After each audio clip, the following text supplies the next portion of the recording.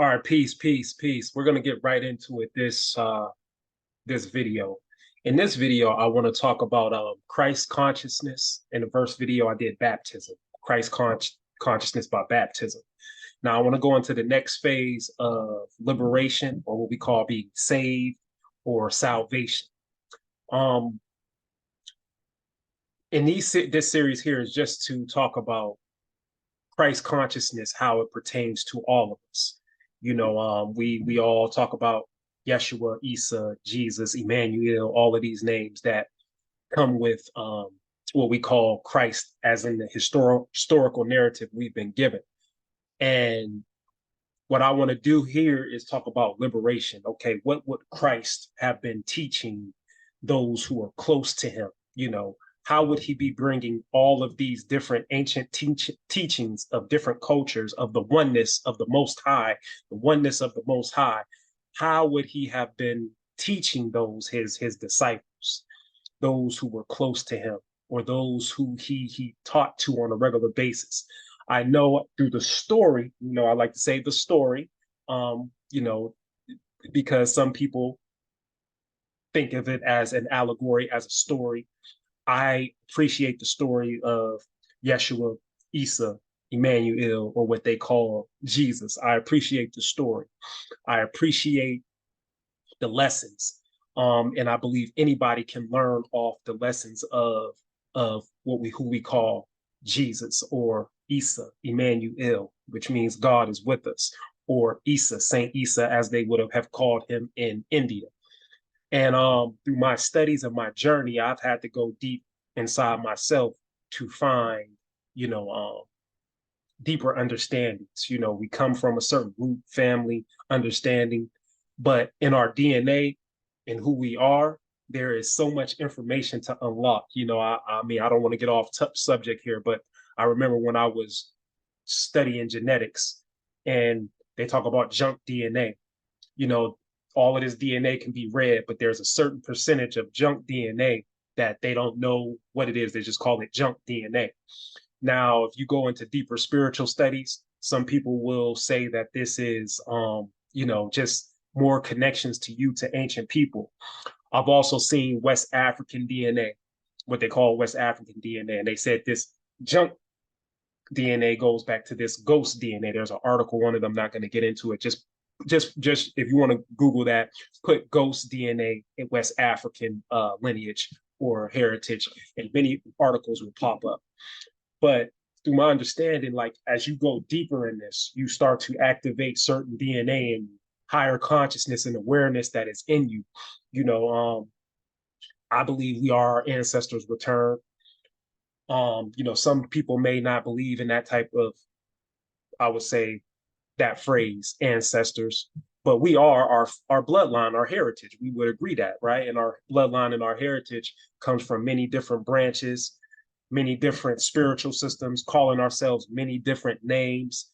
And I just think us in general, people who look like me, who so-called Black, Negro, colored people, so-called, I like to say so-called, that we have lost a lot of our history and who we are, not only our history, what we called ourselves.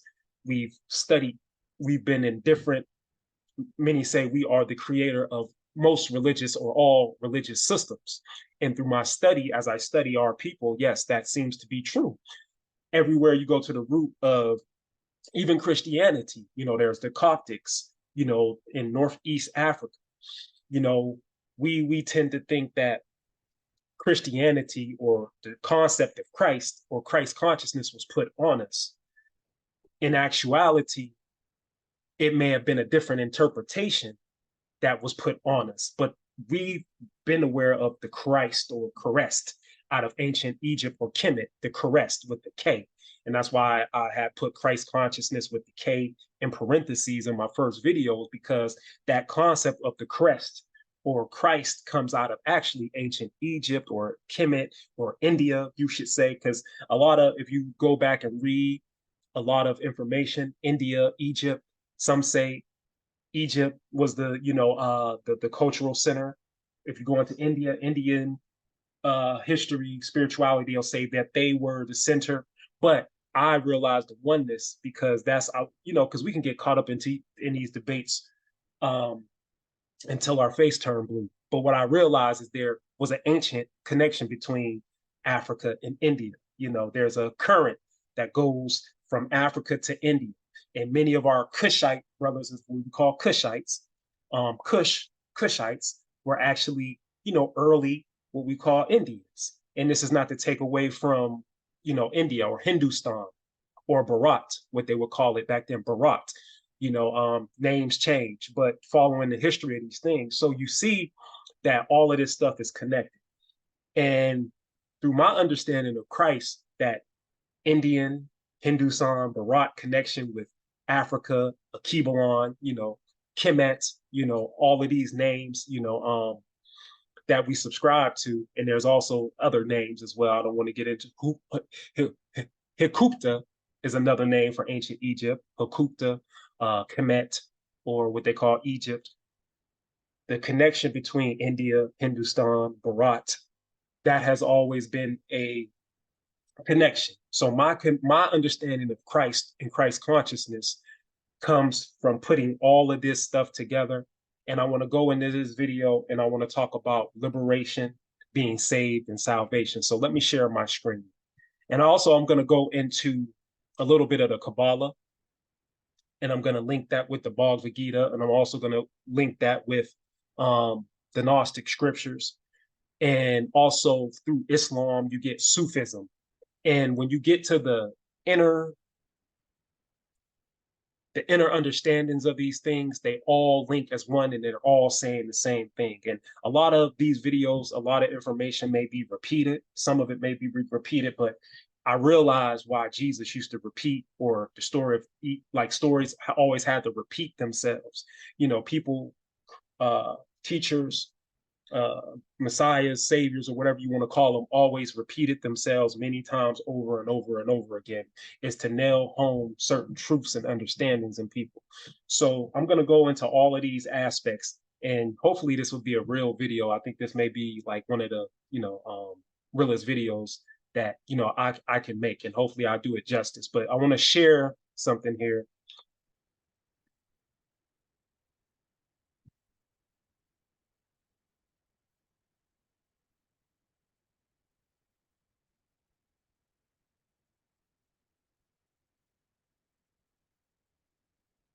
All right, this comes out of a book that I have here, God as a Verb.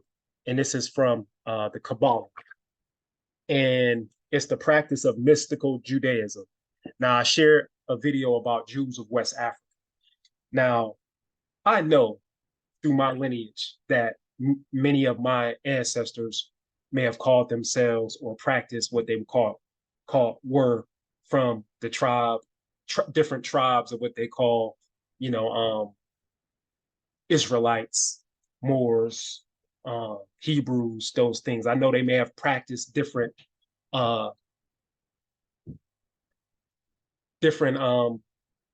various sects of those faiths. So as I'm going back in this, I'm trying to reach back into that DNA, that ancient DNA that we all have in us, that junk DNA that is trying to wake up, because in these times we're trying to find the truth. So as I reach back into myself and go deep into these studies and think about these things, as I made them. Well, I shared the video with the Jews of West Africa, and it showed the travel of these people. And many went into Europe. It talked about it was Jews, or the tribe of Judah, or what they call Yehudi. And I'm going to get into that in a deeper level, that term, what they call Yehudi, which became Judah and then became Jew, you know, over time. I'm going to get into that breakdown through the Kabbalah.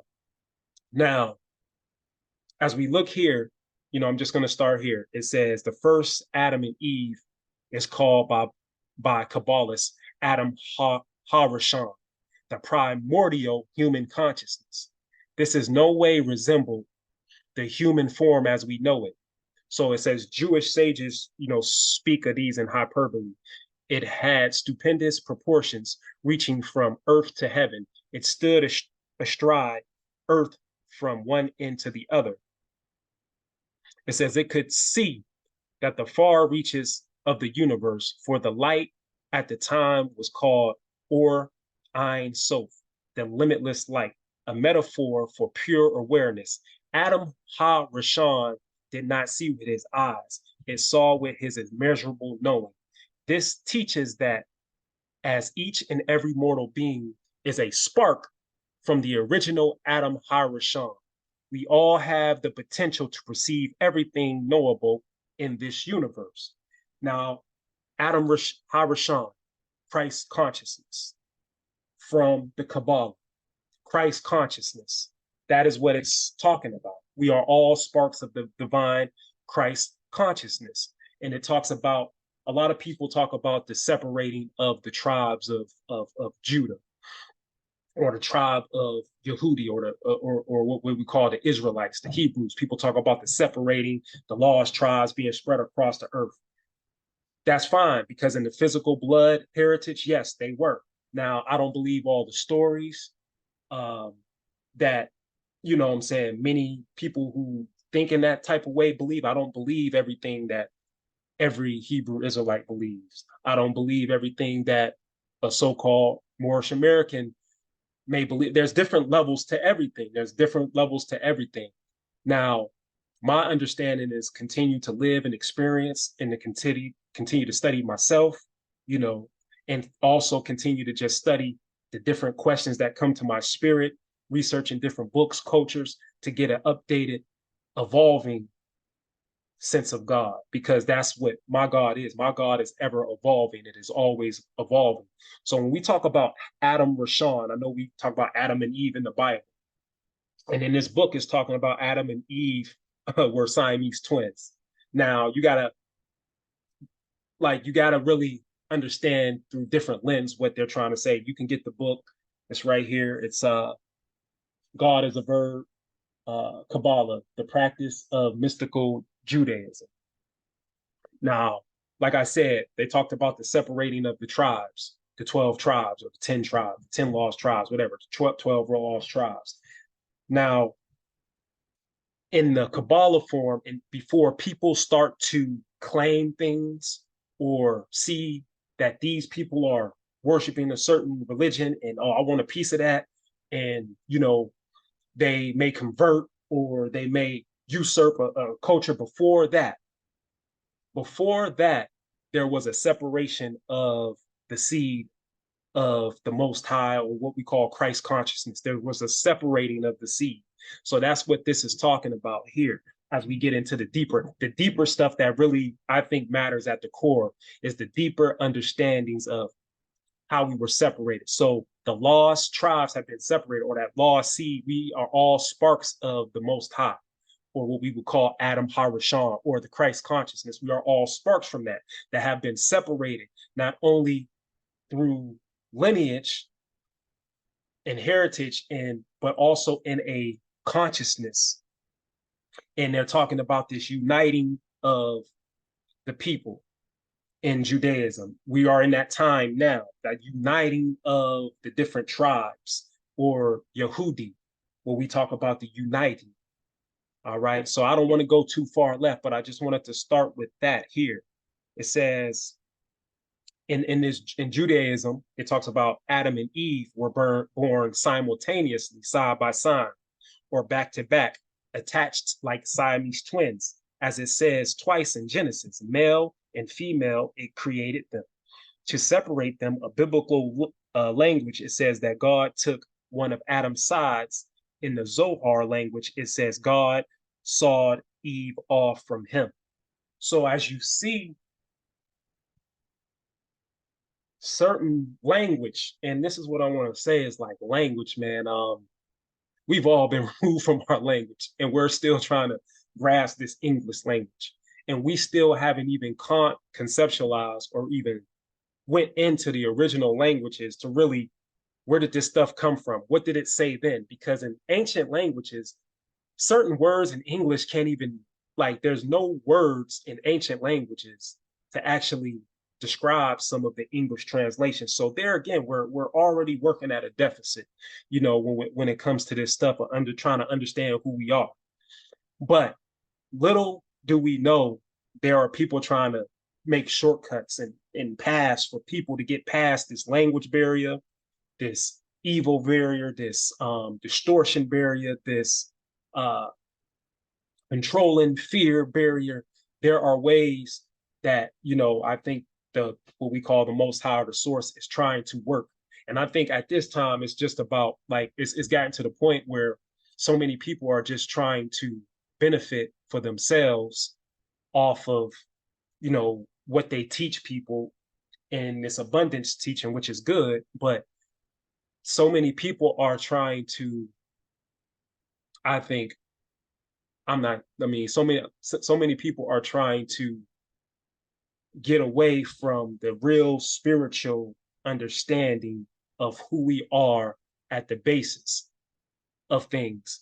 And these books are just going back to the root of what we are. And these teachings are going back to the root of what we are. So we talk about Adam, Ha-Rashan, and I got off a little bit because I was going to go into another direction, but I try to stay positive, but because I'm still growing myself. But the Adam Rashan they're talking about, this is the seed that we all come from, that we've been scattered from.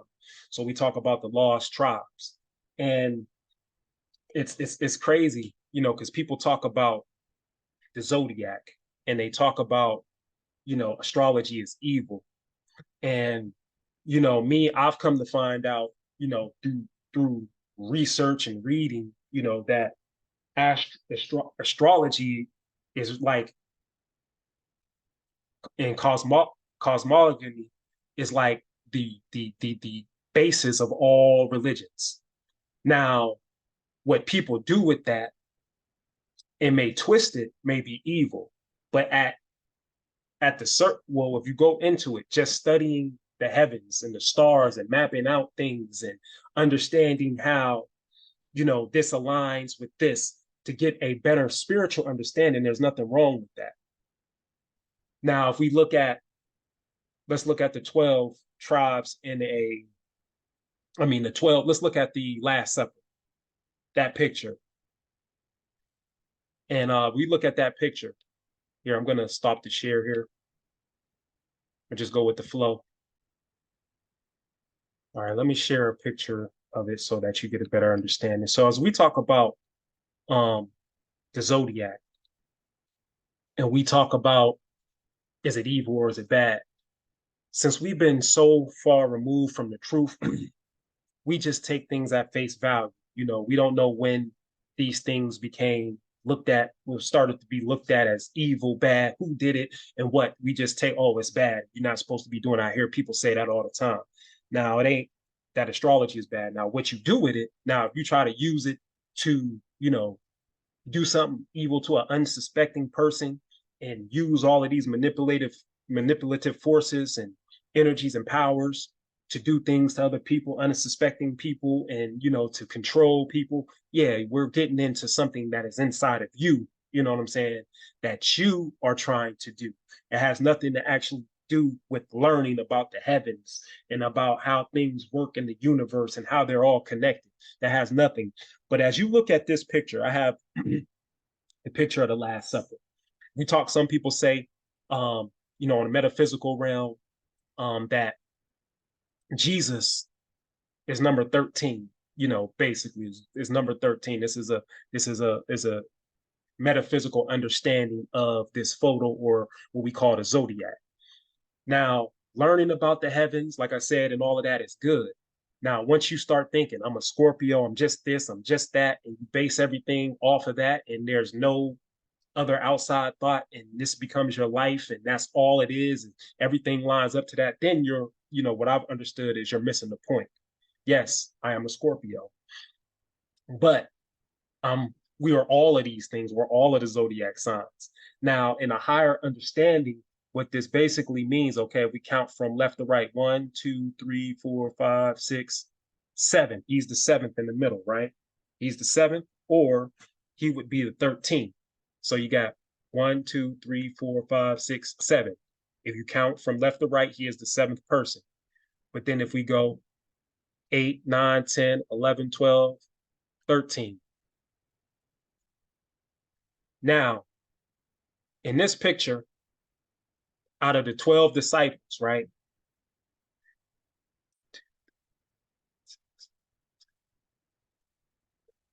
So yeah, we have 12, right? Outside of him, he's 13. He's 13. Now, a metaphysical understanding of the 13, right, is that he escaped or he is outside the circles of time. Now, if we go into these books like the Kabbalah, they have the tree of life. We have Malkuth, which is earth, which is the lowest realm. We are in the lowest realm of physical being, you know, in the physical, in the flesh. And we have to get back up to the crown. So you have these different Sephiroths in the Kabbalah. I talked about the Bhagavad Gita. They talk about Christ consciousness. We talk about the Gnostic scriptures, and they talk about how we fell into the physical flesh. And I also have the Circle Seven, which talked about us falling into the physical flesh, into this low, dense, vibrating state where we can form in physical bodies. So, in order to get back to the crown, we're talking about liberation, how to liberate oneself, how to save oneself. Jesus being the 13th outside of the circles of time, outside the zodiac, him being the 13th is the one who escaped the circles of time, of life and death, of life and death and rebirth, reincarnation. Uh-oh, now I'm getting to the point of the video. How do we escape the cycles of birth and death? What they call reincarnation. Because in the Kabbalah, they talk about reincarnation. In the Gnostic scriptures, they talk about reincarnation. In the Bhagavad Gita, they talk about reincarnation. In African spirituality or traditional religions, many of them speak about reincarnation.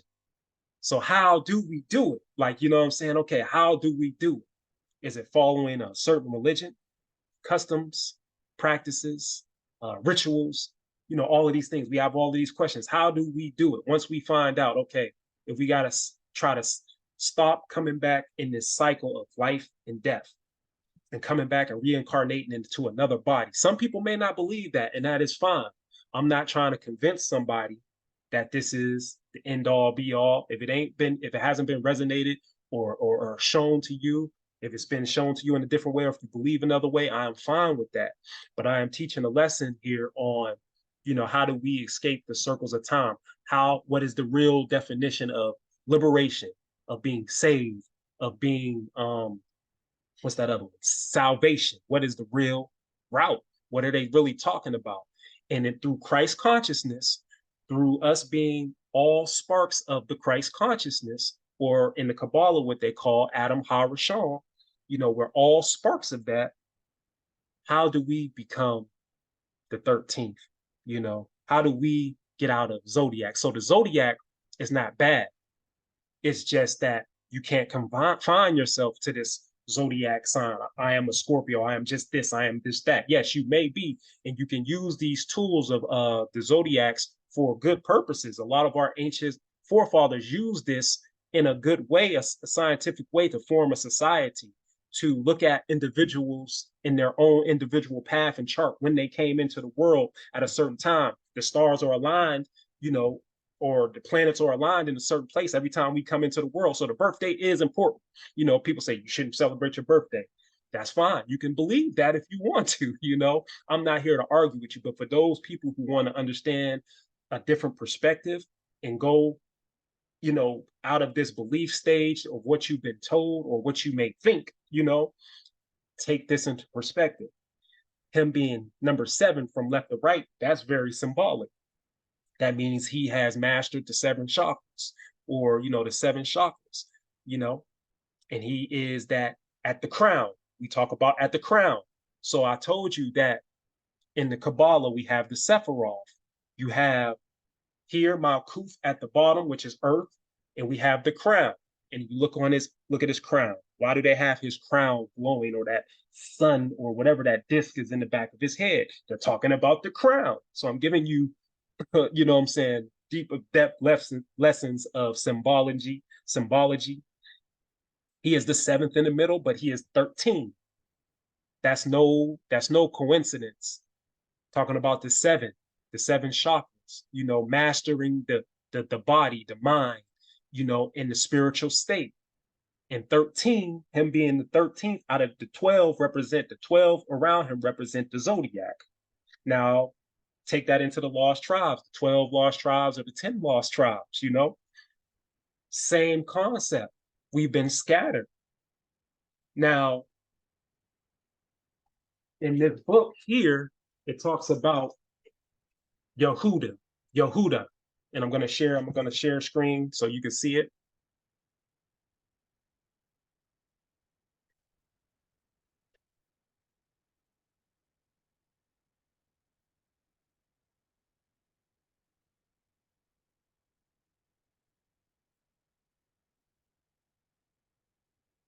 Where's that?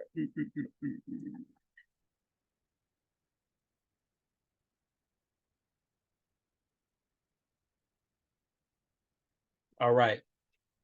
So this just is a little thing from Kabbalah Online. And it talks about the levels of soul consciousness. It says the divine soul is an indivisible essence, inseparably bound to God. As the verse states, for part of God is his people, Deuteronomy 32:9.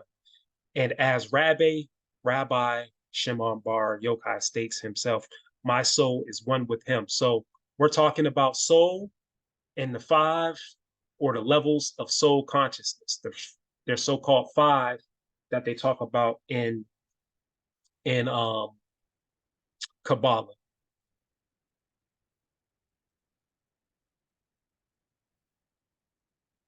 And I'm not going to go into each one, but I do want to focus on the fifth, which in here it says Yeshida, but in this book it says Yehudah, or what we would call Yehudi. And I'm telling you about language and words. Yehudi, when people say that they're from the tribe of Judah, or that they, the West African, the Jews of West Africa, basically they're talking about the Yehudah or the Yehudi, which in its proper term, or it would be said Yehudi. But in a spiritual sense, what Yehudah, or we all are, is aspects or parts of the spark of this soul consciousness, what we call Adam Harashan. Yehudah is the world of will. And in my book, it states that the soul level most connected with the source of awareness is called Yehudah or Yehudi, which means unity, which means in this time that we are in a time of, supposed to be in a time of uniting. A lot of people are debating who's the real this and who's the real that. And I understand to a certain extent, because they want to be recognized for their heritage and who they are and what their ancestors have given the world. The ancestors have given the world, the basis of all religion, for all people to take different variations, interpretations, which may be good or bad, that have led to conflicts since the beginning of time. Well, I wouldn't say the beginning of time, but I would say, especially these last few thousand years, there's been so many wars over religious interpretations and a lot of things taken out. So it says the soul level most connected with the source of awareness is called Yehudah, which means unity. So if you're from the tribe of what we call Judah or Yehudah or Yudah, or what was later became, just simply talked about as Jew, is talking about the Yehudah. If you're really for unity, you are from the tribe of Yehudah. And I believe unity, in my sense of what the Most High is really realizing, what I'm realizing the Most High, or the source is telling me, is the oneness of all of these different cultures saying the same thing, about our source, that there is one, the one, and that our love for the one, everything that we do is supposed to be for the one, that Most High, the source. But we've been so scattered, like our soul, our Adam Harashan, the sparks that we are, our Christ consciousness has been so shattered that we are trying to piece it back together. And that's why I come out of these different books, is just try to piece back, stuff that has been broken, not only for myself, but, to, possibly help somebody else, which, I have, and, I'm not saying that to be egotistical, but I've talked and spoke to many people over the years and, conversed and, had conversations, experiences with people, and, if you're helping people or not, and that's great. But what this is talking about is the oneness, putting all of this stuff back together. So it says, it is the center point of the soul, and as such, it disappears into the infinitude of creation. Some would say that this is the aspect of the soul that is hardwired directly into the essence of the divine. It is not with us, but we are never apart from it. So some people say that their soul is not with us, but it's never apart.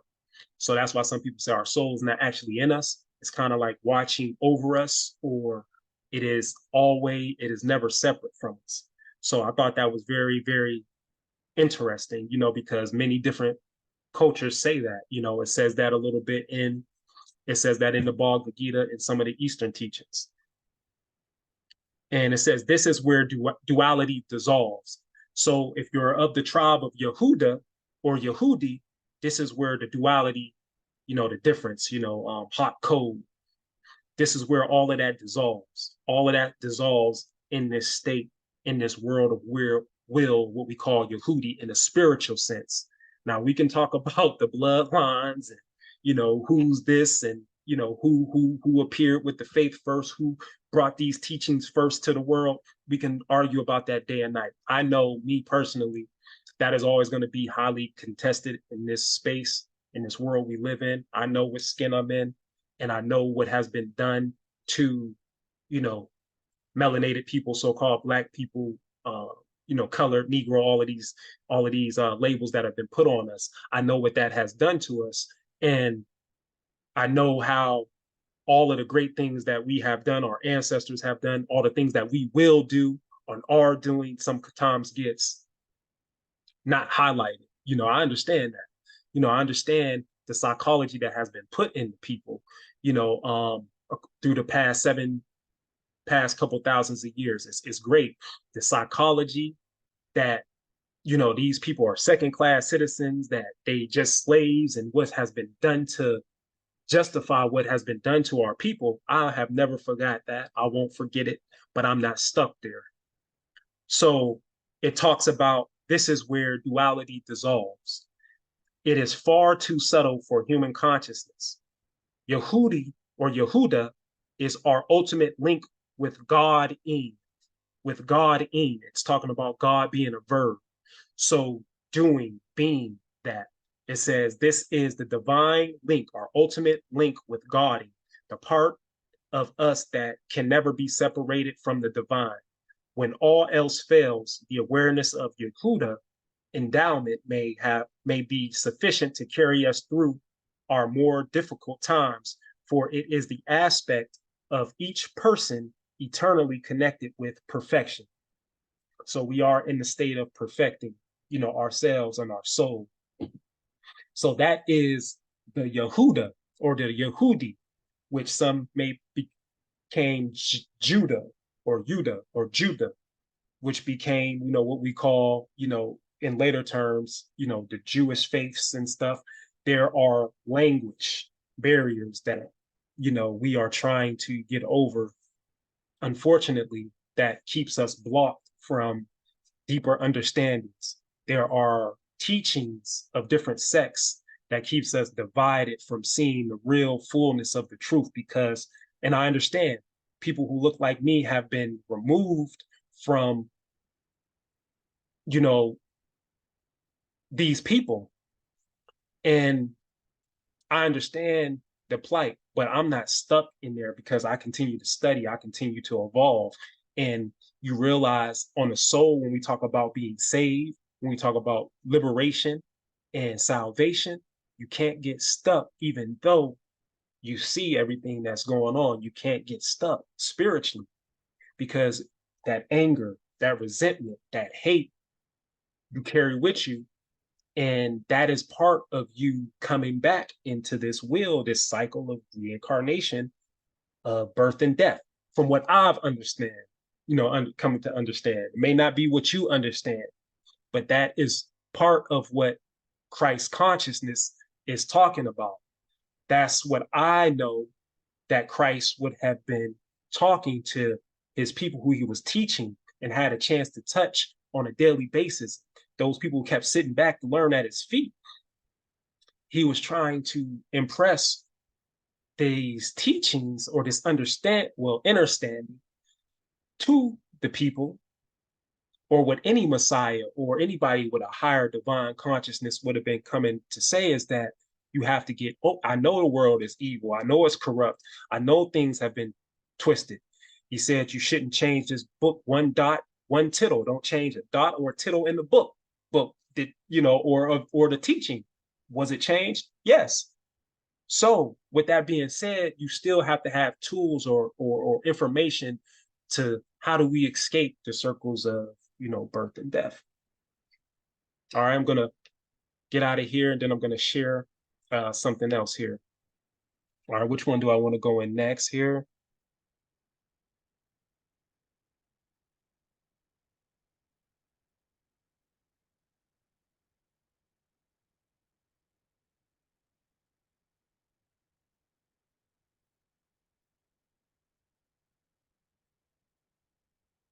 All right, so this one comes out of the Igbo History of Museum, the Igbo History of Museum. And this is one of the Western African tribes who claim to be, I don't want to say descendants. I want to say that of the heritage of what we would call Israel, also of Northeast Africa, origin, and how the Igbo language lines up with ancient Canaanite and Hebrew languages. And I saw the movie Avatar. I saw the movie Avatar 2 earlier this year, and there was a whale in there, and they named him Tucson. And at that time, um, I was reading, this book, um, God is a Bird. And I was like, that word sounds familiar. And and Tucson was this whale who was outcast. He was outcast for something horrible that happened with his family line. He was a whale in the ocean, and he was outcast. He was always by himself.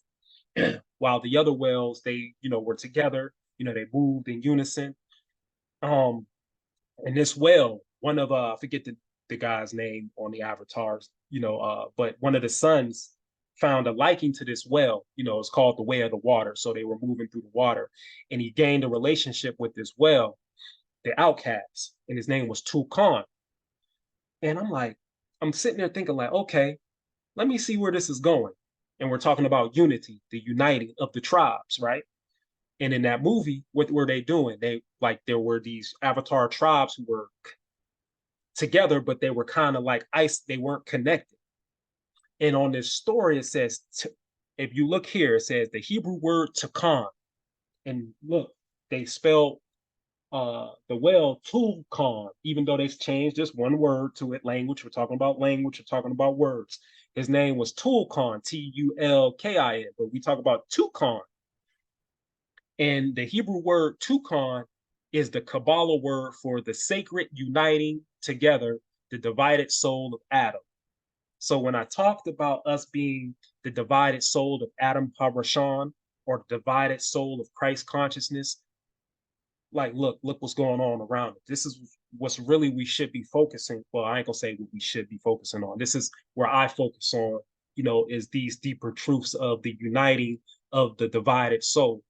It says the Hebrew word takan, which is Kabbalah word for the sacred of uniting together the dividing soul of Adam, is obviously derived from the Igbo word of the same sound and meaning tuko, ono, to unite. So that is, look, it's telling you these words from the Igbo of Nigeria, and going back to the Canaanite Hebrew language, the tuko or tukon means to unite. And what this well did is he was helping uh the people of on Avatar 2 of the island. He was helping them, even though he was an outcast, he was helping them as the humans were trying to, come into this part of this universe and subdue it. But this Tukon actually was the driving force. This outcast was the driving force to unite the actual tribes and the people. So that was a little story that was going on in Avatar 2, The Way of the Water. And I think that is what's going on in the world too. As above, so below, that whole saying, I think that is what's going on too. There are many people who have been rejected, the I'm the stone that the building refused, or whatever, however it goes. The one that has been outcast, the one has been, these people are clicking up. But the person that has been outcast and who can actually channel that and still be for good and truth and strive for truth, regardless of his position or how people see him, will ultimately be the one to unite all of the tribes. And I think this type of teaching, the Oneness realized, is actually, a vehicle to do that. So, I like the movie, but it's just showing you this right here. I can go into a lot of stuff here, but I just wanted to touch a base on that Avatar 2 movie that I seen, Tukon the Well, and uniting. We're talking about the uniting of the tribes, not only the bloodline of the heritage or the people, but also the deeper spiritual teachings and understanding, united of the sacred soul of what they call Adam Harashan, or what we would call KRYST consciousness.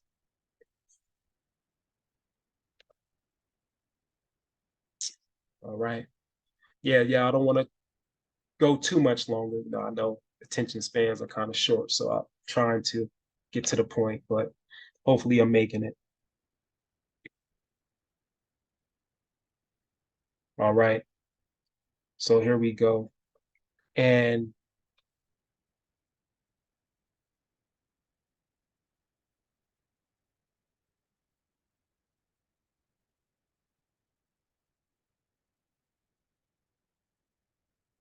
yeah, I'm missing one here.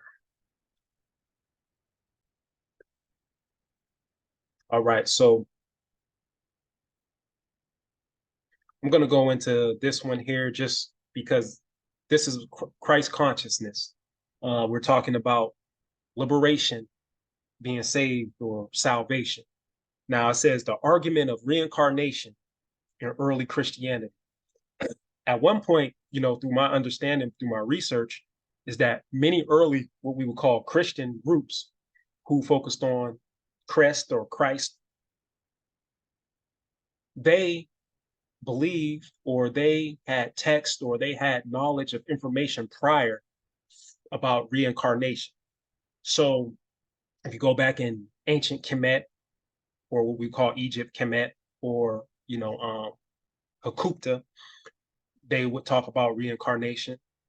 And if you went into India, or the East, they talk about reincarnation. So this was well known in the ancient world.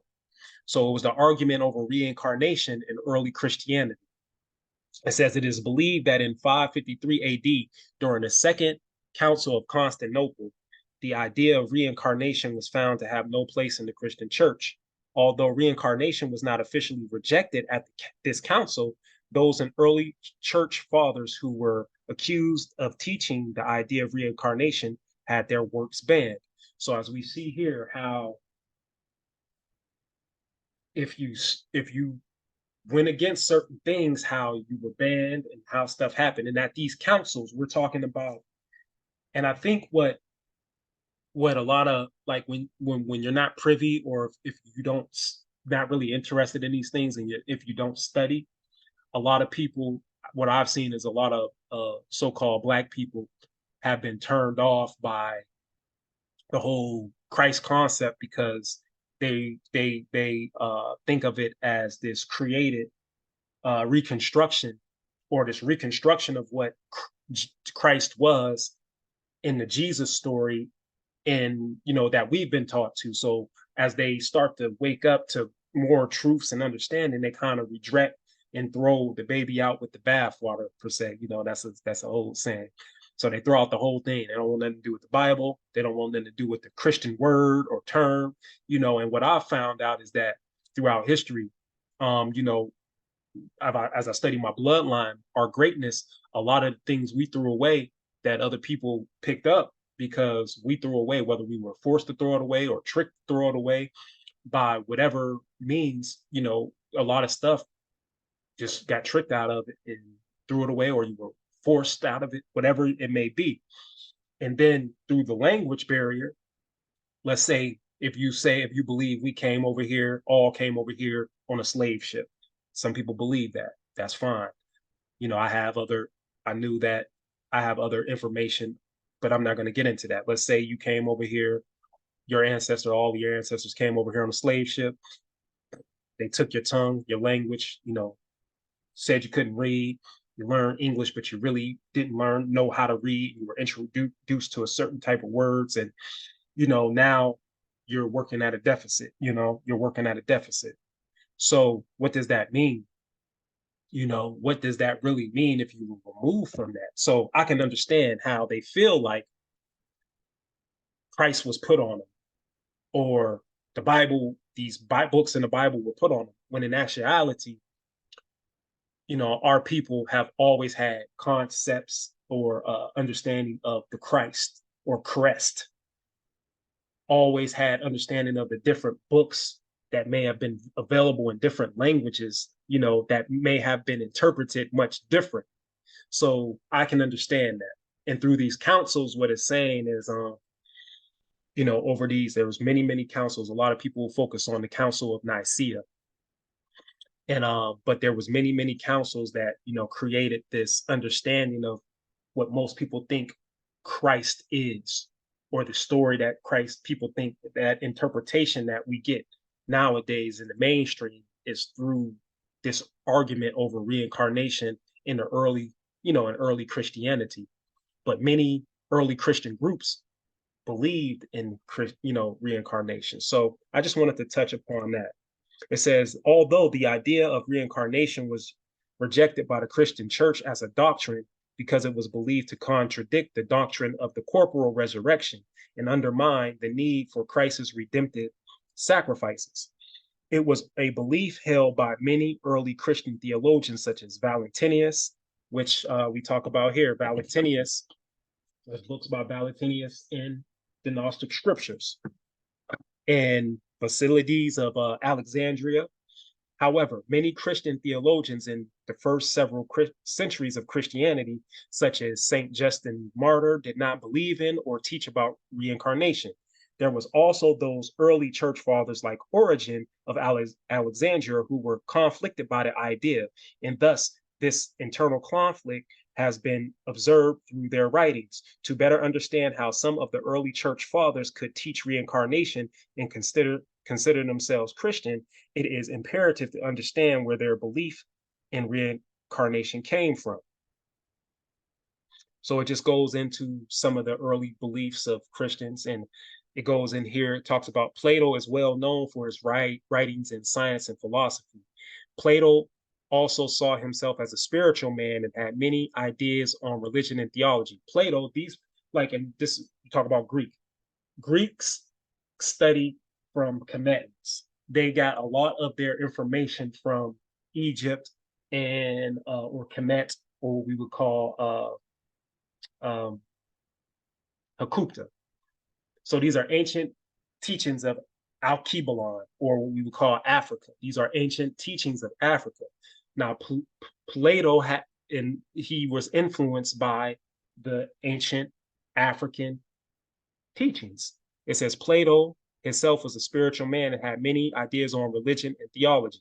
First and foremost, Plato believed in reincarnation. He taught that human souls had previously existed in a perfect world and there enjoyed the presence of God or union with God. Somehow these souls committed some sin and fell from God's presence and were placed in a body and physical bodies on earth as a punishment. The purpose of life is to correct is to correct the soul's initial mistake and to return to the union with God. Now, there's many stories of how we fell, why we fell. The closest thing we understand is that Satan was kicked out of heaven. Lucifer, so-called Lucifer, was kicked out of heaven. Now, there may be there is a deeper, what I've understand from the source, there's a deeper reason why we're in these physical bodies. I always think, I think of Earth as a school. Earth is a school that we must all pass, 12 grades, right? First through 12. Why is it 12? Okay. You get out of 12, you graduate. So what? You go on to post 13, right? And we talked about that earlier. Like, all of this stuff is not a coincidence that we're going through this stuff and not really understanding the deeper meanings. So it goes here, it says, somehow, let me see here. It says, the purpose of life is to correct the soul's initial mistake and to return to God. This could be only done through the attainment of knowledge. And since God is omnipotent, Plato believed it is ridiculous to assume that one soul could gain enough knowledge to return to God in one lifetime. Based upon Plato's belief that the human body was a prison or a punishment, and that souls were on the earth given to gain a level of knowledge that would take more than one lifetime to learn. We can see why he believed in reincarnation. So now, I wasn't a big Plato reader, but Plato, there's college courses. Plato is one of those fathers who were taught in the Western society: Plato, Socrates, Aristotle. And without studying that, when I went back and started to study all of this stuff, the same thing. That's what I'm learning. Like, and what really got me was, like, you see people die at an early age, and you're like, wow. And you look at that, like, how would that person, if somebody died, like, say 22, and I was speaking to a young man about this, like, if a person died at 22, and let's say they really didn't know, they were baptized in church or whatever, but they really didn't know none of these deeper teachings. They may have done some things wrong, but they were a good person for the most part, but they may have did some things wrong. And maybe and you're telling me because, they haven't accepted the word of Jesus, that they're going to hell, you know, or the many people, the millions and billions of people across the world who probably have good hearts, probably, just didn't know or doesn't know or whatever. So you're telling me that they just go to hell. And this thing of heaven and hell, there's an origin of where hell, when that comes from. And I would tell people to do that study too.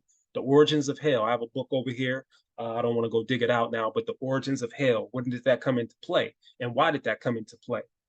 So I started to think like this over the years, and I had questions. So I started to research. And to me, like, yeah, you have, like, to me personally, it may not be, I'm not trying to convert anybody. That makes more sense to me than a heaven and a hell. Like a merciful God that wants us, or most high source that wants us to return to that supreme understanding and knowledge. A merciful, compassionate God will give us opportunities, different opportunities, giving us a soul, giving us a soul to keep track of that our spirit kind of navigates through until completion. So that's what we're talking about, a soul. So that is my, opinion. I'm not going to get too much into it, not going to beat a dead horse. But lastly, what I want to do is I'm going to go here.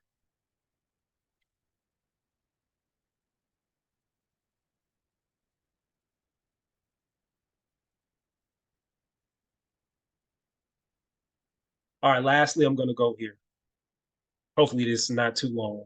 And this comes from the second coming by Parahamsa Yogananda, um, who's an Indian man, a great sage, a great teacher, spiritual guru, um, and who actually had this translation of the Bhagavad Gita that I love, The Royal Science of God Realization, the immortal dialogue between soul and spirit. And it basically states, Man appeared on earth being materialized by God and was to live on earth, beholding the birth, the sustenance, growth, and painless, sorrowless return of the body in complete perfection. Then, as it is possible to watch the slow process of a flower budding, growing, and disappearing on the movie screen, so man should behold his life perfect on the screen of his consciousness through the stages from childhood to full grown individual, and then his disappearance unto God of his own accord by his own power of dematerialization. Man, being out of tune with God, has lost his power of dematerialization. So if they talk about sin, like we talk about sin in the ancient term, this is sin. The origin of sin is ignorance, not knowing from whence you came, being attached to all of this material stuff, everything affecting your attitude, you know, and on a day-to-day basis, what you have, what you don't have, what you desire, what you lust after, all of these, all of these attachments, which we all are trying to rid ourselves of, or maybe not. Somebody who's not trying to rid themselves is truly, or trying to gain without the understanding, the full understanding of the source of God and how to return to him, yes, has lost the power of dematerialization. And when you lose the power of dematerialization, that is talking about this cycle of birth and death, reincarnation. So it says, man being out of tune with God has lost his power of dematerialization. So he is frightened by the screen picture of life prematurely cut off even before he has finished seeing the whole perfect picture of his changeful life. The premature withdrawal of the motion picture of life produces pain due to attachment to those screen pictures of flesh and consciousness, and is known in the world as a terrible death by pain. We mortals have so many misconceptions about death that it has grown into the importance and has fixed us in an idea of annihilation and pain instead of being seen as a phenomena necessary in the successive steps which the soul must follow in order to return from the state of change to the stage of changeless state. It is necessary for death or change to come so that the soul may finish beholding this motion picture of life and be released in order to go back to the home of immortality. Again, I repeat, it is necessary for death or change to come so that the soul may finish beholding this motion picture of life and be released in order to go back to the home of immortality. It says Satan saw that it would all be very simple if the immortal children of God, after beholding a perfect earthly existence with a changeless attitude, would go back to immortality again. So it's talking about Satan made imperfect patterns or tampered with the showing of a perfect picture of life before it was completed and caused mental and bodily pain through delusion. This satisfaction arising from an imperfect, prematurely destroyed picture of life created in man the desire to see perfect pictures of life in order to behold them until completion. Ever since the immortal images of God forgot their already perfect immortality and began to introduce delusive imperfections in the perfect dramas of life staged on the screen of time. Ever since immortals have been coming and going from earth by the law of cause and effect with which governs desire. Ever since this law and cause of effect has affected free souls as the law of karma, action, which keeps them earthbound. So we're talking about karma, and we're just talking about the desires that we have as free souls. The same free will we were given is the same free will that will keep us attached and bound to these cycles of birth and death. It says how to destroy reincarnation. Immortal souls can only be expect to be free by utterly destroying all seeds of earthly desires by divine contact with God through meditation. So they're talking about union, they're talking about meditation. This reminds the soul of the unending fulfillment in the immortal inheritance of bliss, which makes desires for earthly ways unnecessary and ridiculous. Emancipation from reincarnation is also possible by playing the living drama of a perfect life of health, abundance, and wisdom on the screen of consciousness that is. If one can remove the consciousness of sickness and not fear sickness, if it does come, and not desire health while suffering from ill health, then one can remember one's soul, which is always well and was neither sick nor healthy. If we feel, if we can feel and know that we are children of God or the Most High of the Source, and as such possess everything, even as our Father does, God does all, although we may be poor or rich, we can be free.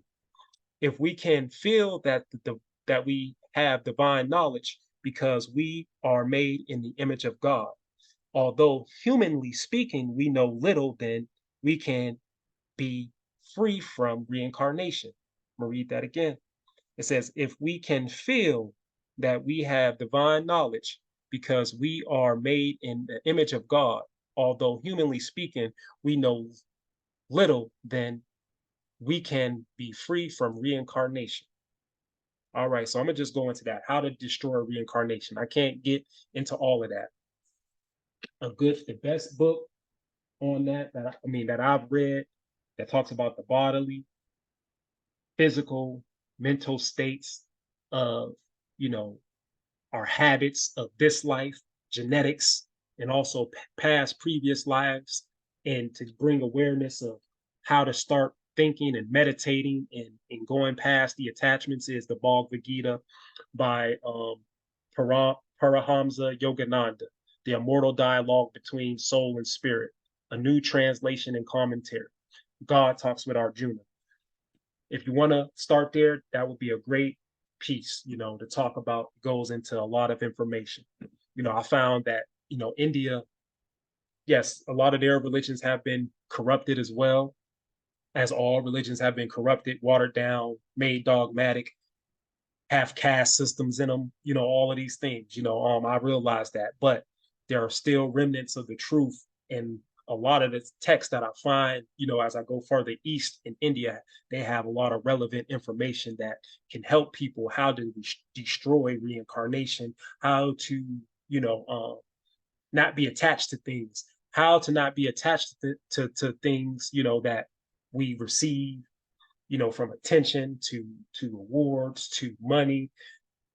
Not to say that we shouldn't have these things, we should do these things, but how to live in the world, how to be in the world, but not of it, like Jesus would say.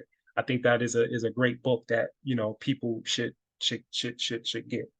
All right, so I hope this was a good video talking about Christ consciousness, salvation, liberation, being saved. What does that really mean?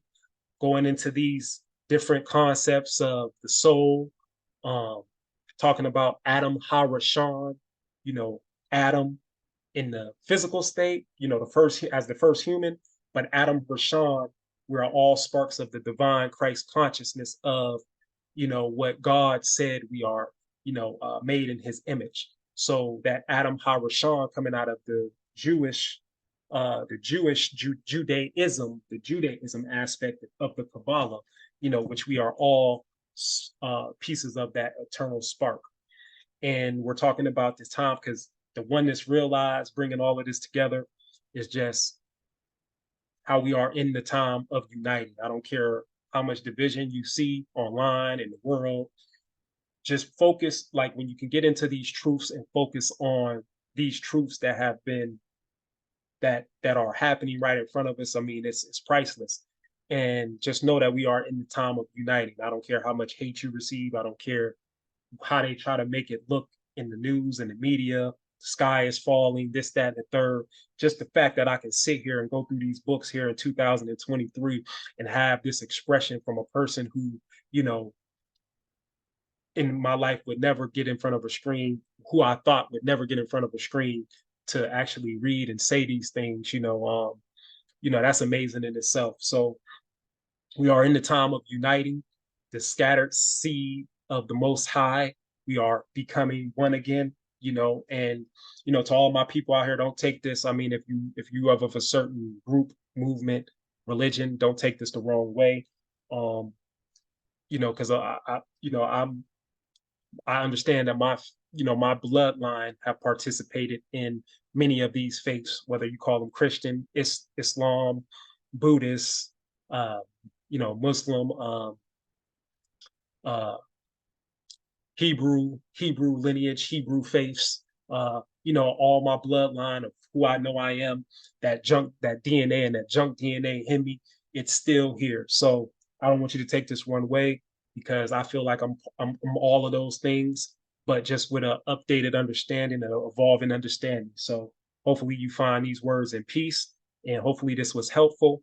But this was KRYST Consciousness, liberation, talking about liberation, being saved. What does that really, really, really mean from a KRYST consciousness perspective? All right, peace.